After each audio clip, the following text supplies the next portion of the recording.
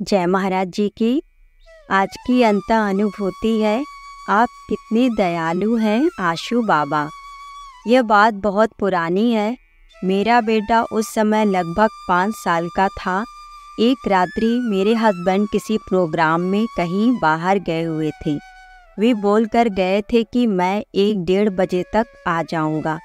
समय आगे बढ़ता गया और मैं इंतज़ार करती रही, पर वे वापस नहीं आए। उस समय तो मोबाइल फ़ोन भी अधिक नहीं हुआ करते थे कि झट से फ़ोन मिलाकर पूछ लूँ। जैसे जैसे समय बढ़ रहा था, मुझे और अधिक चिंता होने लगी। घर में बच्चा भी अकेला है, बाहर भी जाऊं तो कहाँ जाऊं, पूछूं भी तो किससे।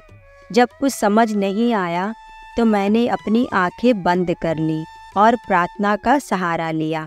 मैंने गुरु चरणों में प्रार्थना करते हुए कहा, महाराज जी, मेरे आशु बाबा, अब आप ही हमारी रक्षा करो। मेरे पति जहाँ भी हैं, आप बस उनके साथ रहना और उन्हें सुरक्षित वापस ले आना।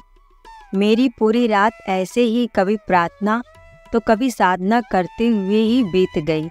सुबह के 5 बज चुके थे। हमारा घर फर्स्ट फ्लोर पर था और गेट नीचे ग्राउंड फ्लोर पर। तभी एकदम से डोरबेल बजी। न जाने कैसे मेरा बेल की ओर ध्यान ही नहीं गया, पर मेरा नन्हा बेटा नींद से जागकर बाहर आ गया। वह मुझसे बोला, माँ देखो नीचे बेल बजी है। मैंने हैरानी से पूछा, बेल बजी है?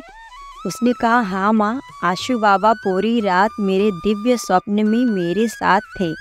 मैं सो रहा था और वे मेरे सिरहाने बैठे रहे। अभी अभी उन्होंने मुझसे कहा, तुम्हारे पापा आ गए हैं, अब मैं जा रहा हूँ। वे मेरे पास से उठे और आपके पास आकर खड़े हो गए और आपसे बोले, तुम चिंता मत किया करो, मैं हमेशा अपने बच्चों के साथ ही रहता हूँ। इतना कहकर आशु बाबा वापस लौट गए।